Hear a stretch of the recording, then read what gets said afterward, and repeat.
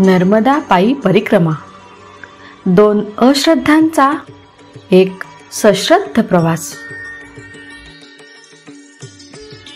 नर्मदा पायी परिक्रमा करताना आपण मैयाच्या कुशीत कसे बिनधास्त असतो याचे अनेक प्रसंग जसे आहेत तसे आणि स्वतःच्या भाषाशैलीत दैनंदिनी रूपाने लिहिण्याचा प्रयत्न केला आहे. नर्मदे हर. दैनंदिनी लेखक श्रीयुत वामन गरुड. वाचक स्वर सौ रत्नावली घोगरदरे.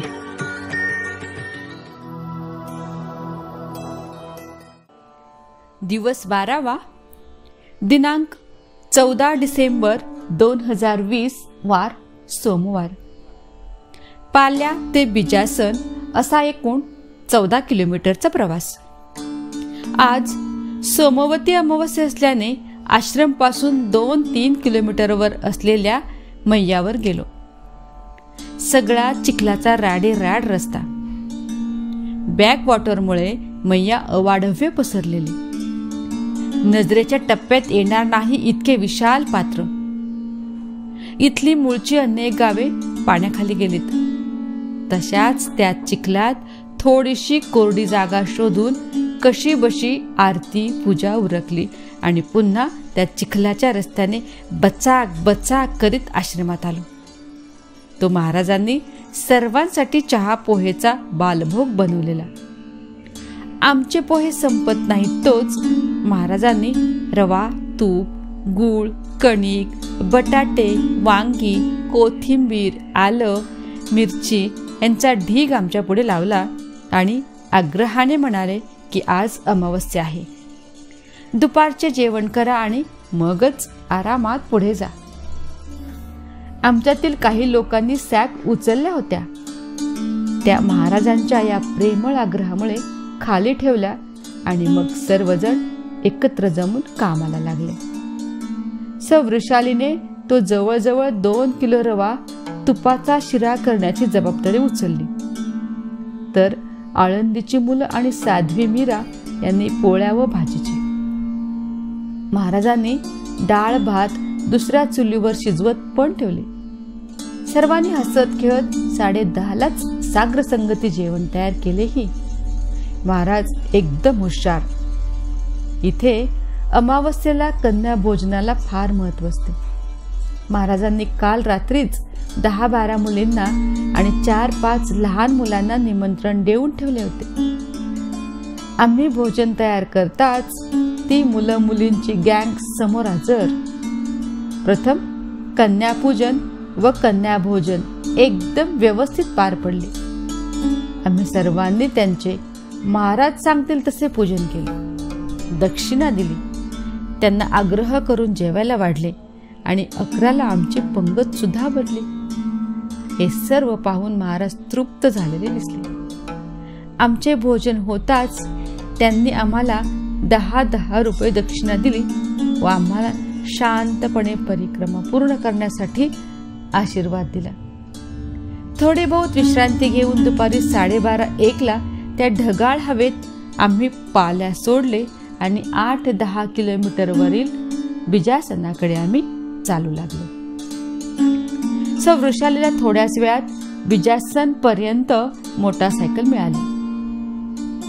ती तेथील हनुमान मंदिरात त्या मोटरसायकलवाल्याने बॅग सकट नेल्याने पोहोचली. रोडने सरळ चालत मी आणि पांडे आरामात 5च्या दरम्यान बिजासनला पोहोचलो. गाव पार केल्यावर समोर उंच टेकडीवर हनुमान मंदिराकडे रस्ता जात होता. आम्ही ती अवघड पायवाट चढायला सुरुवात केली. कसे तरी त्या उंचीवर मंदिराजवळ फाफू करीत पोचलो. पण शेवटचा टप्पा काही केले मला चढता येईना. शेवटी वरून एका सद्गृहस्थाने मला हात दिला आणि मी वरील सपाटीवर कसा तरी पोचलो. त्यावेळी मला त्या अज्ञान मोटारसायकल वाल्याबद्दल आदर वाटला. त्याने आमच्या दोन्ही जड सॅक सकट वृषालीला इथे या अवघड ठिकाणी सोडले होते तर सपाट जागेवर छानपैकी बांधकाम केलेला आश्रम.